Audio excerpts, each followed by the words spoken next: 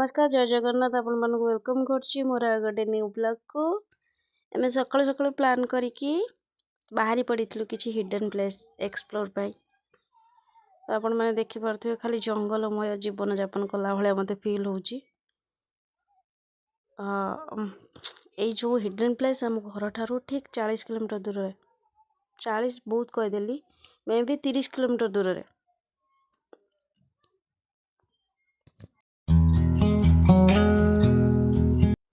मु केबे भी हिडन प्लेस अबाउट रे जान नथले एमान बुद्रे मु आसीगली तो मते बेले बेले एमती फील होछि कि एते कोन खाली जंगल जंगल जंगल चलछि तो मो घर पाखरे भी एते जंगल अछि हो चलो देखिबा से हिडन प्लेस को देखिबार उत्कंठा सहित आछि ना से जंगल हेले भी सेतरे मु सर्वाइव करि जिबी यस सर्वाइव करबा को पड़िबो तो ये जो रसिकिया माकड़मा कालिया बुआ से भाई तार कुछ अबे तू मोर भिडियो कर भिडियो सबू मोठार सान किंतु केई गोटे की मते मानना चलो तांकरी भरोसा रे आछि जेहेतु किछि तो सैक्रिफाइस करिया पड़िबो से माने सान भलिया मते ट्रीट करछन्ते मो जेमति छोटिया छुआ से माने समझले मो बड़ भाई हो चलो भाताश्री हमको भी बोलिबार अछि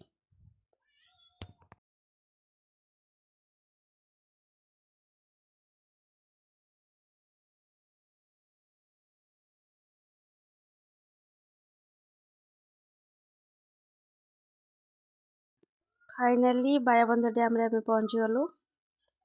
तार नजारा देखि परछन तो वाओ बहुत ही सुंदर एटा मो घर पाखरे अछि मु केबे बिलीव भी करि पारने जाहो निजको धन्य मने करछि ए भलिया प्लेस भी रहिछि मो घर पाखरे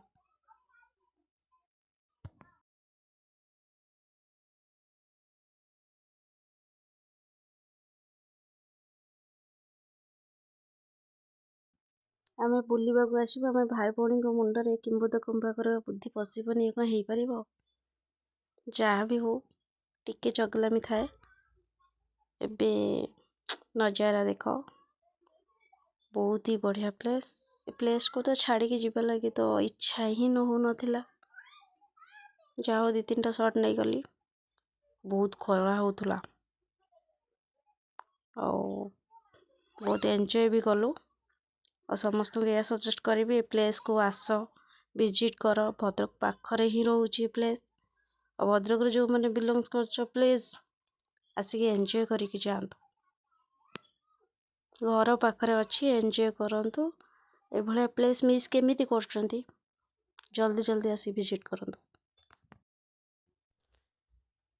बायाबंध डैम रो हमें जते बेले रिटर्न कलु हमको जना पड़ला पाखरे आ गोटे हिडन प्लेस अछि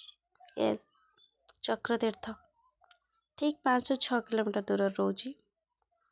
और से प्लेस ही बहुत बढ़िया पूर्वर थरे जाइली बट मते जना नथिला बायाबंध डैम से पाखरे बोली first time Bayabandh dam visit करथिली एंड एबे जना पड़ला कि से पाखरे ही हमर चक्रतीर्थ रोची जोड़े कि हमर पहाड़ रो ऊपर ही वाटरफॉल रोची आ वाटरफॉल ऊपर गोटे कुंड टाइप रोची पुणी गोटे छोटो वाटरफॉल रोची यस बहुत ही बढ़िया प्लेस आउ पहाड़ तले मंदिर रोची बहुत शांति प्लेस सेटा और भद्रक रे जो माने विजिट करछो ए भला प्लेस को केमती मिस करछो जल्दी जल्दी आसी विजिट करो एंजॉय करो मु तो भाई बहुत ही नेचर प्यारी मते बहुत बढ़िया लगे पहाड़ झरना बहुत बढ़िया लगे तो देखि पारछंती बढ़िया नजारा जति एंजॉय करिया चाहूचंती प्लीज कम एंड विजिट ये देखंतु से माने पूरा ऊपर जाइतिले मु तो ऊपर चली के जाई पाइलिनी बहुत ही कष्ट लगला और जहाँ भी हो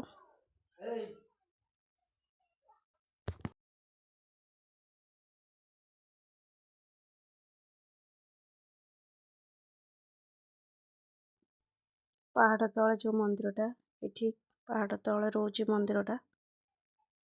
बहुत बढ़िया प्लेस एठी गला माने माने शांति लागिवो शांति थैंक यू सो मच मो वीडियो को लाइक देबे सब्सक्राइब करेंगे जदि मो यूट्यूब चैनल